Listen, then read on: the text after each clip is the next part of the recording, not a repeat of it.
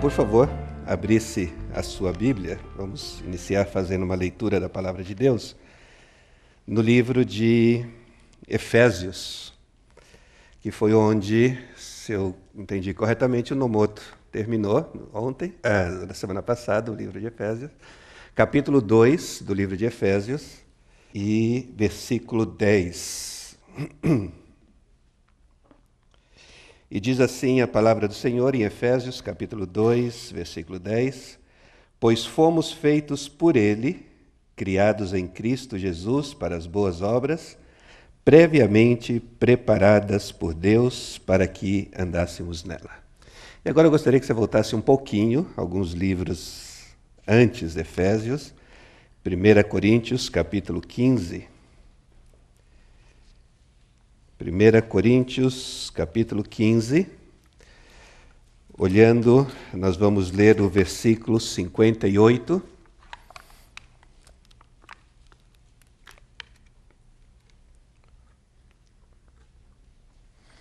E Efésios 15, 58 diz assim: Portanto, meus amados irmãos, sede firmes e constantes, sempre atuantes na obra do Senhor, sabendo que nele o vosso trabalho não é inútil. Eu gostaria de pedir que mais uma vez você, por favor, abaixe a sua cabeça. Vamos entregar nas mãos do Senhor essa meditação e que o Espírito Santo possa estar falando profundamente aos nossos corações. Senhor, nós te louvamos pela tua palavra e obrigado, Senhor, porque sabemos que tu estás aqui conosco. A tua palavra nos promete, onde 2 ou 3 estiverem reunidos em teu nome, tu lá estarias, Senhor. Portanto, agradecemos pela tua presença, pela maneira que já estivesses falando aos nossos corações, através das canções, dos cânticos. E agora queremos pedir que teu Santo Espírito esteja abrindo nosso entendimento, mas que possamos principalmente, Senhor, olhar com os olhos do coração, escutar com o nosso espírito e que possamos ser profundamente impactados e desafiados. Que possamos não somente entender, Senhor, a tua palavra, mas que tenhamos a coragem de falar: eis-me aqui, usa-me, Senhor, para a tua honra e glória. É o que nós pedimos em Cristo Jesus. Amém. E a igreja tem estudado nos últimos 3 domingos, e é bem interessante a história, segundo Deus, um drama em 4 atos. E hoje nós estaremos falando do 4º ato, chamado Consumação. E quando nós vemos um título como esse para uma pregação ou para uma série de pregações, nós primeiro precisamos ter em mente e entender que existe um plano histórico definido por Deus. Existem muitas coisas que acontecem nesse mundo que acabam acontecendo e que não estão conforme a vontade de Deus, estão dentro daquilo que Deus permite que aconteça, mas que no final das contas, nós sabemos, quando nós olhamos na Bíblia, que existe um começo, um meio e um fim. E por mais que possam acontecer muitas coisas entre esse começo e esse fim, a palavra de Deus nos afirma que Deus tem um plano estabelecido e não importa a bagunça que nós estamos vendo ao nosso redor, Ele está levando para uma consumação, para o fim que Ele determinou, apesar de que muitas vezes nós, seres humanos, entramos no meio e acabamos atrapalhando em muitos sentidos. E vocês estiveram olhando, nas semanas anteriores, os 3 primeiros atos dessa história segundo Deus. Não sei quantos de vocês estiveram em todos os últimos 3 domingos, portanto eu vou fazer um breve resumo, mas vocês viram criação, queda e redenção. E na verdade o título que eu ia dar para essa mensagem, se já não tivesse sido colocado consumação, teria sido Cebolas e Marcianos. Claro que é um pouquinho diferente, né, de consumação, mas daqui a pouco eu vou tentar explicar para vocês por que eu teria dado o título Cebolas e Marcianos para essa pregação que nós vamos estar agora, esse estudo que nós vamos estar fazendo juntos. Então, vocês, quando estudaram sobre criação, Vocês, obviamente, tiveram que olhar no capítulo 1 e capítulo 2 do livro de Gênesis, e nós vemos que Deus criou, e quando você chega no versículo 31 do capítulo 1, Deus viu tudo quanto fizera, e eis que era muito bom. Então nós vemos aqui um primeiro momento em que Deus havia consumado a sua obra. Ele havia feito a criação, ele havia feito a natureza, ele havia feito o ser humano, e ele, quando ele olhou tudo isso que ele havia feito, ele disse: tudo isso é muito bom. Então, dentro desse primeiro ato, que é a criação, nós vemos um aspecto de consumação também, onde Deus se alegrou com o que ele viu.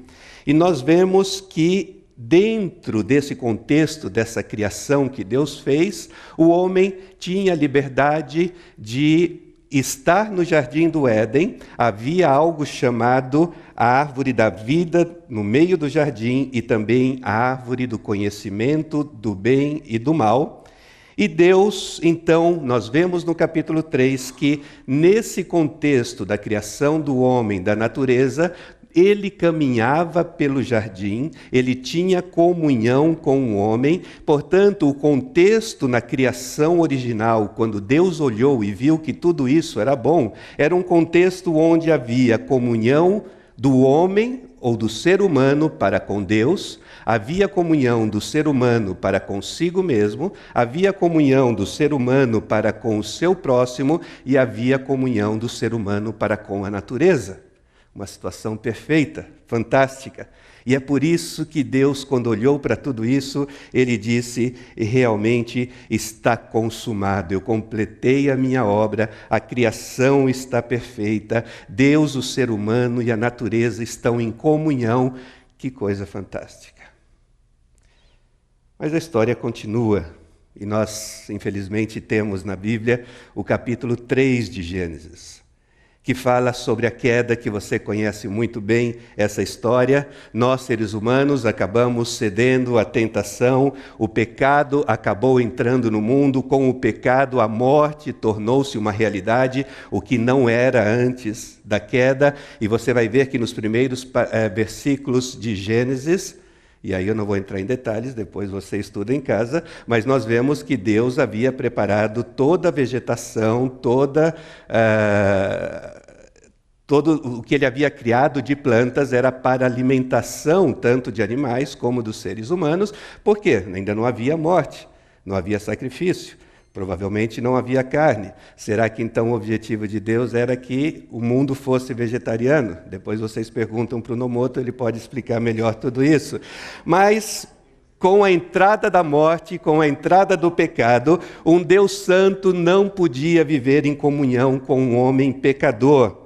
Eles tiveram vergonha de Deus, surgiu o sofrimento, foram expulsos do jardim do Éden, e aquela comunhão que havia do ser humano para com Deus, para consigo mesmo, para com a natureza, isso daí foi quebrado pelo pecado, e nós passamos então, a partir desse segundo ato, nessa história em quatro atos, nós passamos a viver em um mundo ferido e dividido.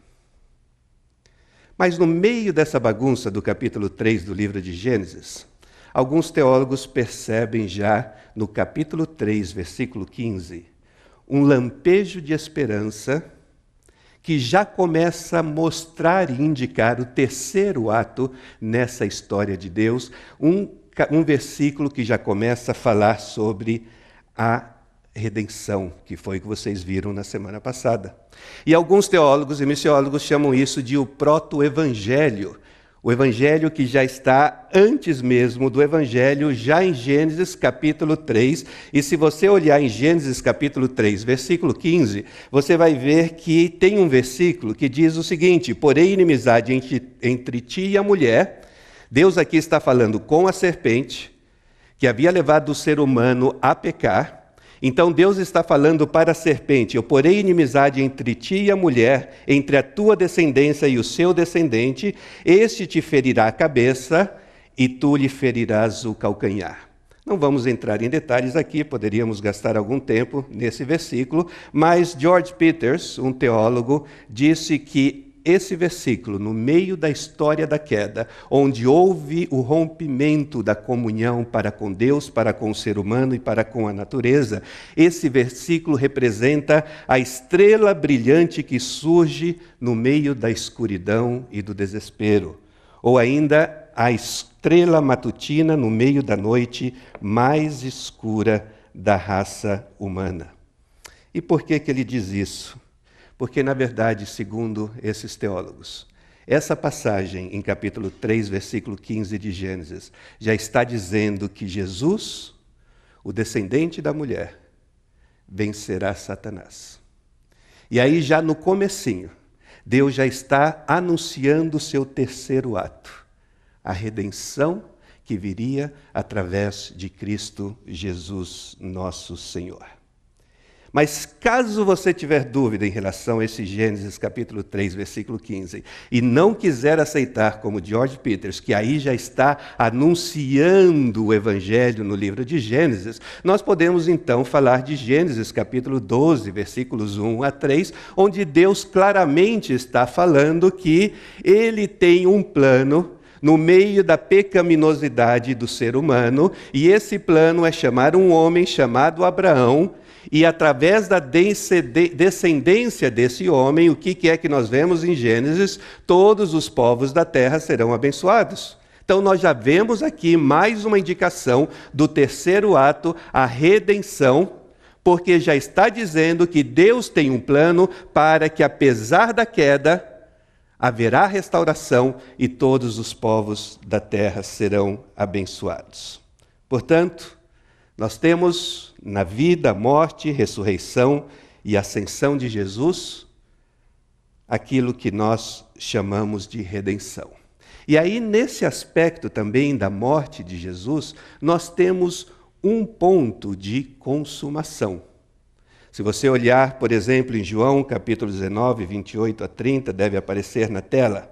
Jesus, quando estava na cruz, nós vemos o seguinte: depois, vendo Jesus que tudo já estava consumado, para se cumprir a Escritura, disse: tenho sede. Estava ali um vaso cheio de vinagre, embeberam de vinagre uma esponja e, fixando-a num caniço de isopo, lhe chegaram à boca. Quando, pois, Jesus tomou o vinagre, disse: está consumado. E, inclinando a cabeça, rendeu o Espírito. Nós vemos aqui, então, que Deus estava reconciliando consigo o mundo. E o mundo aqui é a palavra cosmos.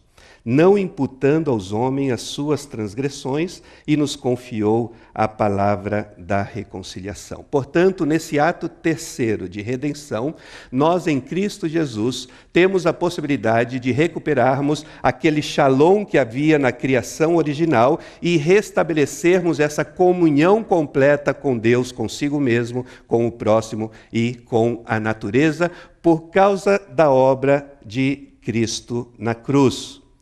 Então, nós vemos consumação na criação, nós vemos consumação na morte do nosso Senhor Jesus Cristo. Mas agora nós chegamos nos marcianos e nas cebolas. Depois desse breve resumo sobre os atos 1, 2 e 3. Eu não sei quantos de vocês que estão aqui hoje acreditam em extraterrestres, não precisa levantar a sua mão, porque depois vai ser necessário uma assembleia da igreja para decidir o que fazer com vocês, mas marcianos, né, você creia ou não neles, vamos fazer aqui um exercício da seguinte maneira. Suponhamos que existissem os marcianos, e um marciano chegasse aqui na Terra, e ele visse algumas coisas acontecendo na cultura brasileira, e ele tentaria entender o que é que ele está vendo. Ele não conhece nada sobre a cultura brasileira. Então ele chegou de repente lá do espaço sideral, acabou de chegar em São Paulo, e de repente ele vai ver algumas coisas e depois você vai ter que tentar explicar para ele, dar sentido para aquilo que ele está vendo. Por exemplo, suponhamos que nosso amigo marciano chegasse e visse uma pessoa com uma Bíblia na mão, que bateu 3 vezes numa mesa de madeira, faz o sinal da cruz, tem a fita do Senhor do Bonfim no pulso e uma tatuagem de São Jorge no braço. E você, esse marciano chegou do nada, e você vai ter que tentar fazer esse marciano entender o que significa isso. Por que ele está fazendo esses gestos? Por que ele está carregando aquele livro? Por que ele tem exatamente aquela tatuagem? O que é que isso significa? Mas o marciano viu um outro tipo de comportamento, porque ele chegou numa determinada época do ano em que ele vê um grupo enorme de homens fazendo batucada com diferentes instrumentos, com centenas de pessoas vestidas de plumas e paetês, algumas mulheres em destaque seminuas e milhares de pessoas com um copo na mão em arquibancadas precárias, saltando, gritando, pulando e se agarrando. Ele acabou de chegar do espaço. Ele está vendo uma série de comportamentos. Quais explicações nosso amigo marciano vai precisar para entender o que está acontecendo ao seu redor? E daí nós precisamos da cebola. Por que nós precisamos da cebola? Vamos ver se a nossa cebola está bem definida aqui. Olha, que pena, ela parece pequena aqui. Mas deixa eu tentar explicar. Nosso amigo marciano, quando ele viu aquela tatuagem no braço, quando ele viu a Bíblia embaixo do braço, quando ele viu o cara batendo 3 vezes na mesa, quando ele viu aquele montão de gente pulando, se agarrando com um copo de cerveja na mão, etc., etc., o que é que ele estava observando? Ele estava vendo o comportamento do povo brasileiro. Ele estava conseguindo observar e responder à pergunta: o que é que os brasileiros fazem? Mas ao estar observando o comportamento, ele não conseguia ainda entender o porquê eles estavam fazendo aquilo que eles fazem, ou porquê nós fazemos o que nós fazemos, e talvez nem você entenda, mas tudo bem.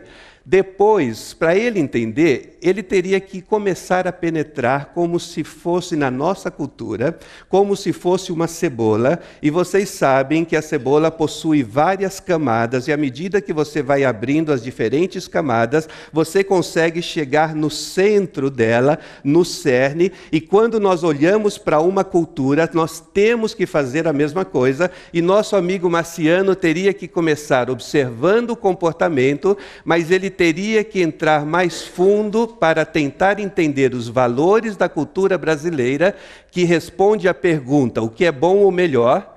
Depois ele teria que ir mais fundo, tentando entender as crenças da cultura brasileira, que responde à pergunta: o que é verdadeiro? Mas, finalmente, o marciano teria que chegar naquilo que se chama cosmovisão, que tenta responder à pergunta: o que é real no mundo em que nós vivemos? Porque se ele não chegar na cosmovisão, ele não vai entender por que aquele cara estava tocando 3 vezes na mesa e por que aquele grupo estava saltitando e pulando e achando que aquilo se chama diversão. Ele só vai ter a resposta se ele conseguir responder à pergunta: o que é real para a cultura brasileira? E para você descobrir o que é real e descobrir qual é a cosmovisão de qualquer cultura, nós precisamos responder algumas perguntas que parecem simples, mas na verdade são perguntas complicadas. É necessário responder à pergunta: quem sou, de onde vim, por que estou aqui? Essa é muito importante. Existe outra coisa ou alguém mais que deva ser levado em conta? E à medida que eu começo a responder essas perguntas, eu começo a chegar no cerne da questão e começo a entender como é que eu explico por que eu estou aqui, o que eu vim fazer, por que me colocaram nesse mundo, se é que alguém me colocou nesse mundo. Mas, além disso, nós precisamos responder essas 2 perguntas. O que nós vemos é realmente tudo que existe ou existe alguém, alguma coisa a mais? Senão eu não entendo a cabeça de uma cultura e de uma pessoa. Eu preciso responder: o agora é o único tempo que importa, ou os acontecimentos do passado e do futuro causam impacto à experiência atual? E à medida que as culturas de diferentes partes do mundo vão respondendo a essas mesmas perguntas, as conclusões que essas culturas em diferentes partes do mundo chegam são conclusões diferentes, o que faz então com que nós tenhamos diferentes cosmovisões em diferentes partes do mundo, e algumas delas, por exemplo, são chamadas a cosmovisão secular, que pensa que tudo que existe é somente o aspecto material e nada do que não pode ser provado ou visto debaixo da lupa ou debaixo de um microscópio, isso não existe, por isso nós chamamos isso de uma cosmovisão materialista. Tudo que existe é a matéria. E isso, infelizmente, é uma das características da nossa cultura brasileira e, infelizmente, isso penetra profundamente na nossa teologia como Igreja Evangélica Brasileira, e muitas das explicações teológicas que nós damos estão muito mais baseadas numa cosmovisão secular e materialista do que numa cosmovisão em que aceita a ideia de poderes e principados, que faz parte da cosmovisão bíblica.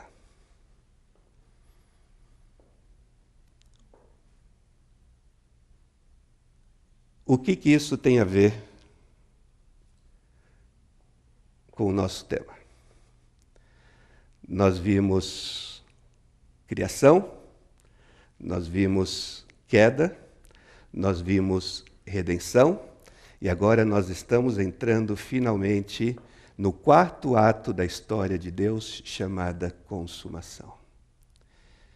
Irmãos, isso é importante pelo seguinte: se nós não tivermos uma correta cosmovisão, e se a nossa cosmovisão bíblica não for uma cosmovisão verdadeiramente bíblica, nós teremos dificuldade de entendermos esse quarto ato da história de Deus, que está falando de um aspecto que é absolutamente difícil de se explicar utilizando-se de uma cosmovisão secular.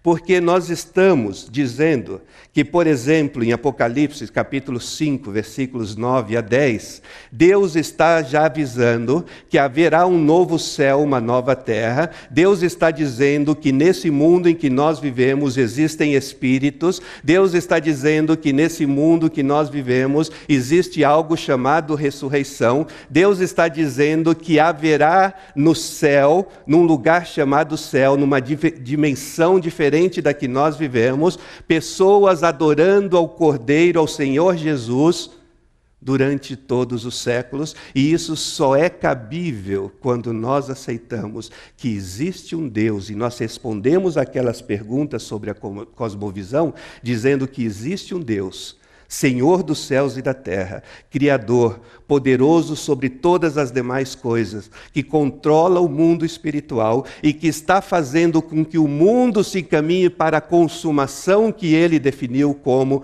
o objetivo da história.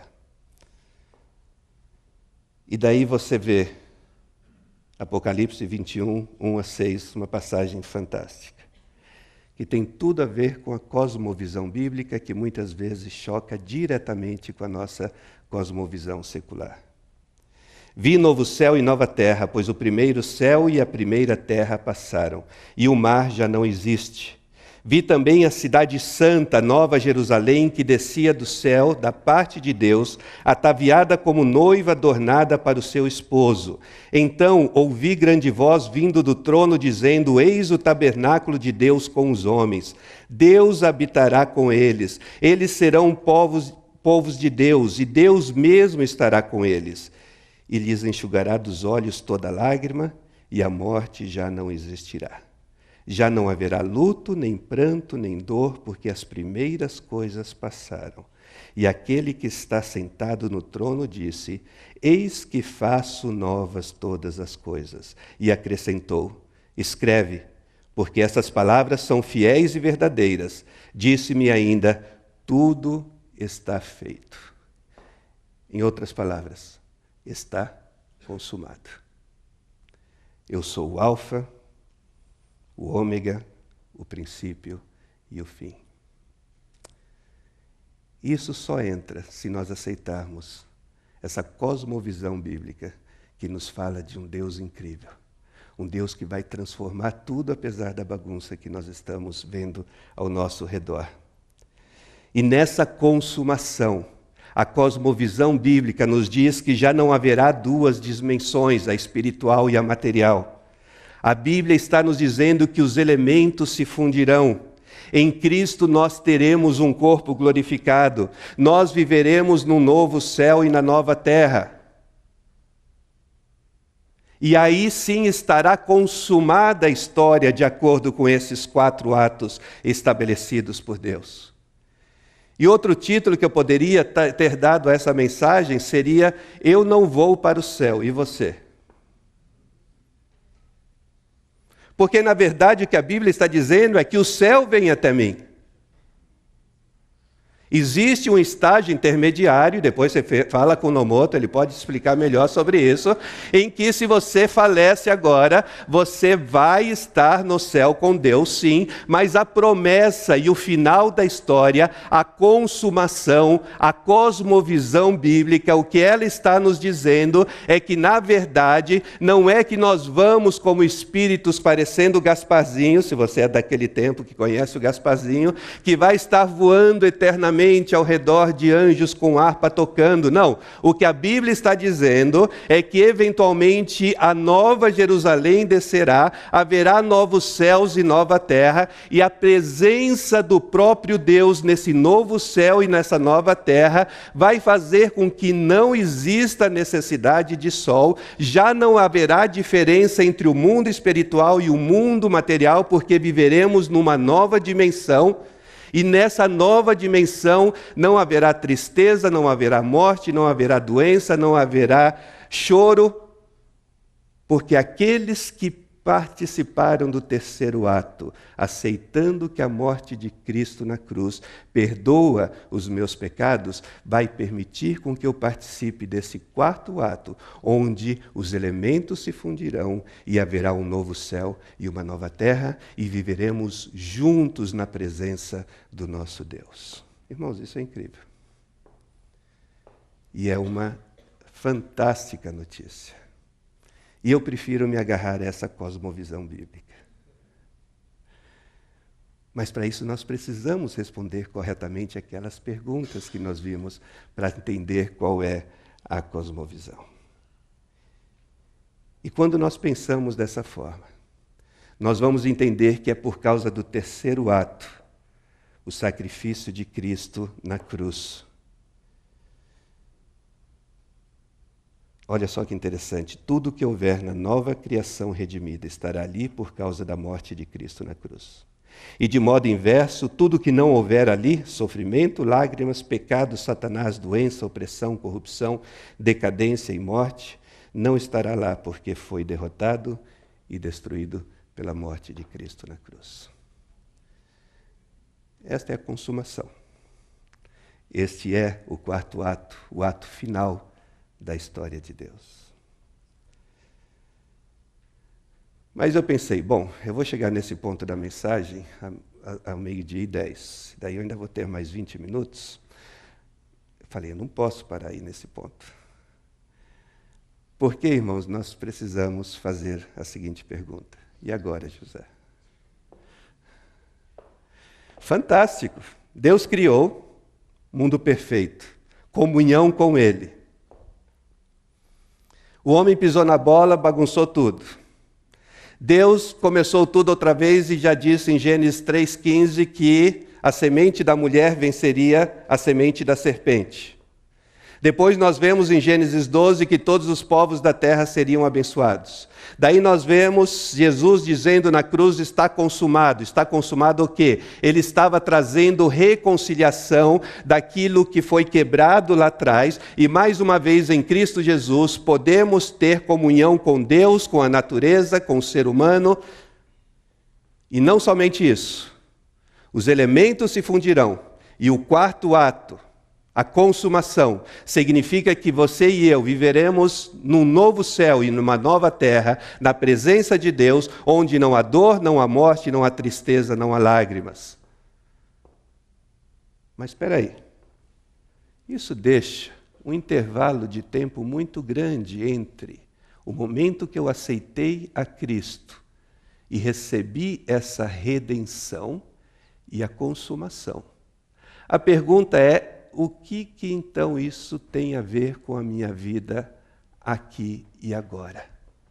Será que é simplesmente um vazio, onde Deus está dizendo, ok, eu te redimi, vai para a CB Moema todos os domingos, aproveita o louvor fantástico e a pregação, às vezes razoável, para esperar até a consumação, onde eu voltarei, habitarei com vocês num novo céu e numa nova terra. Tenho certeza que nessa altura do campeonato você já esqueceu os 2 versículos que nós lemos no começo. A primeira passagem que nós lemos, Efésios 2:10, o contexto daquela passagem estava falando de salvação. Estava falando de que Cristo morreu por nós e que por causa da morte de Cristo nós temos redenção, nós viveremos eternamente com Deus. Esse é o contexto. O contexto de 1 Coríntios 15:58 era de que Paulo estava contando para a igreja de Corinto e falando que haveria ressurreição dos mortos, falando que haveria um novo céu e uma nova terra. Ele estava falando que os corpos serão transformados. Ele está falando do 4º ato, falando que a morte é vencida. Ele está em Coríntios 15:58 falando sobre consumação. E nesses 2 contextos, de Efésios, salvação, e de Coríntios, consumação, o que Paulo fala? Portanto, agora sentem-se na igreja, esperando a vinda do Senhor, porque vocês são santos demais para se misturar com o mundo, portanto, permaneçam separados. Não. Vejam só que interessante. Nesse contexto em que Paulo está falando de salvação e de consumação, transformação dos corpos, vamos ressuscitar, Paulo então está dizendo, já que isto vai acontecer, irmãos e irmãs, eu digo para vocês que primeiramente, Efésios 2:10, vocês devem realizar as boas obras que foram preparadas para vocês desde antes da fundação do mundo, justamente porque vocês têm essa esperança de que vocês foram salvos por Cristo Jesus. E pelo fato de que nós seremos transformados, por causa da alegria e da gratidão do nosso coração, por causa disso e da promessa de que nós viveremos num novo céu e numa nova terra, Paulo está dizendo, sede firmes e constantes, sempre abundantes na obra do Senhor, sabendo que o vosso trabalho não é vão no Senhor. Em outras palavras, o que Paulo está dizendo aqui é que enquanto eu e você esperamos entre esse espaço da redenção e a consumação final, Deus convida você e eu a fazermos parte daquilo que Ele já está fazendo no mundo. Já mencionei aqui alguma vez que Deus tem uma missão e Ele está convidando você e eu a participarmos da missão que Ele já está realizando ao redor do mundo. Por quê? Porque eu sou grato a Deus pelo fato de que eu fui redimido pela morte de Cristo na cruz. E eu sou grato a Deus pelo fato de que eu sei que existe um 4º ato, que apesar da tristeza e dos problemas desse mundo, eu viverei eternamente num novo céu e numa nova terra, e enquanto eu espero, eu estou participando desse projeto de Deus de levar bênção para todas as nações da terra. E é incrível o que Deus já tem feito. Dá uma olhada nesse slide. Por exemplo, na Argélia, 1980, apenas um punhado de seguidores de Jesus. Hoje, não se sabe ao certo, mas acredita-se que mais de 100 mil convertidos na Argélia, apesar da perseguição, morte e tantas tragédias que estão acontecendo. Quando nós olhamos, por exemplo, algo surpreendente, o crescimento mais rápido da igreja cristã, nos últimos 6 anos, vejam só, a Arábia Saudita está em 6º lugar em termos de crescimento da igreja. E quando nós pensamos nos últimos 10 anos, quem diria, Afeganistão aparece com um crescimento anual da igreja de 19%. Deus não está sentado esperando a consumação. E quando nós pensamos, por exemplo, no Egito, vejam só que fantástico, 2011, houve uma reunião com 50 mil cristãos que participaram da maior reunião de oração da história do Oriente Médio na cidade do Cairo. Apesar de toda a bagunça que vocês escutaram, a Primavera Árabe e tantos outros problemas que estão acontecendo ao redor do mundo, irmãos, Deus está atuando no mundo em que nós vivemos. E enquanto nós esperamos a consumação desse quarto ato da história, Ele está nos dando o privilégio de deixarmos as marcas do reino de Deus por onde nós passarmos. É uma esperança que não é uma esperança passiva, é uma esperança ativa, porque nós temos o chamado de reproduzirmos as marcas do reino de Deus por onde nós passarmos. Enquanto esperamos, não existe essa diferença entre secular e espiritual. Não importa qual envolvimento que você tenha no seu trabalho. Não importa se você está trabalhando como um obreiro da igreja, ou se você está usando a sua profissão. O que importa, irmãos, é que à medida que nós vamos onde estivermos, anunciar que em Cristo há perdão para pecadores. A derrota dos poderes do mal já foi consumada na cruz. Existe a libertação do medo da morte e da sua destruição por completo em Cristo Jesus. Existe a reconciliação dos inimigos mais ferrenhos. E em Cristo Jesus existe o shalom, a comunhão com Deus, comigo mesmo, com o meu próximo e com a natureza. Enquanto esperamos,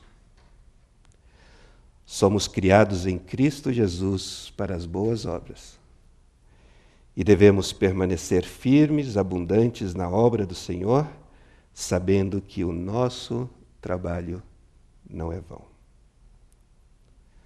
A missão de Deus abençoar todos os povos da terra. E pensando na redenção e na consumação, Ele está convidando você e eu a fazermos parte da missão dEle e deixarmos as marcas do reino de Deus por onde nós passarmos. Gostaria de pedir que você abaixe a sua cabeça.